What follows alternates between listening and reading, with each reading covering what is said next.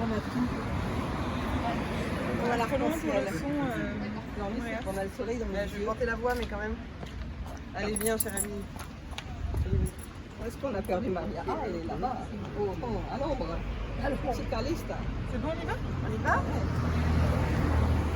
En ce jeudi 22 juillet 2021, un an après la candidature publique de 7 femmes à des charges et à des ministères qui leur sont interdits par l'institution catholique, nous, membres du collectif catholique et féministe Toutes Apôtres, venons de déposer une lettre à l'intention de la Conférence des évêques de France demandant l'ouverture d'une commission indépendante sur la situation des femmes dans l'Église catholique.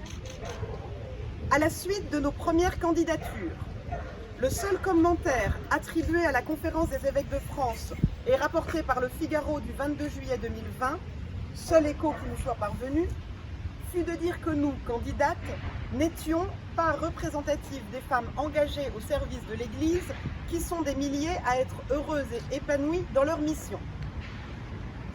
Et nous demandons aujourd'hui, mais de qui s'agit-il au juste? Sur quels chiffres vous appuyez-vous pour affirmer cet épanouissement des femmes dans l'Église catholique?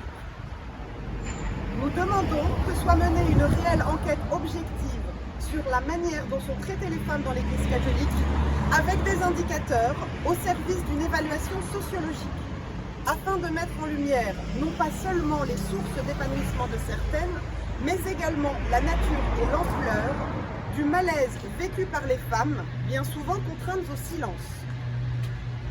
Nous joignons à ce courrier les candidatures déjà déposées le 22 juillet 2020 à l'Annonciature apostolique de Paris.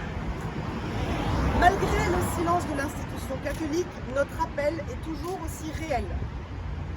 Comme une goutte d'eau, en tombant avec régularité, finit par creuser la roche, inlassablement, nous renouvellerons nos candidatures avec détermination jusqu'à ce que l'institution catholique cesse de leur opposer l'immobilisme de la pierre. Dans un second temps, nous allons prier en l'église Saint-Sulpice de Paris auprès de la statue de Sainte Thérèse, connue pour sa vocation initiale de prêtre et d'apôtre. Symboliquement, nous déposerons à ses pieds des œufs rouges en alliance avec nos camarades américaines de la Women's Ordination Conference. Ces œufs rouges représentent à la fois tous les appels non entendus par l'Église et la certitude à la fin Que l'impossible peut devenir possible. Amen.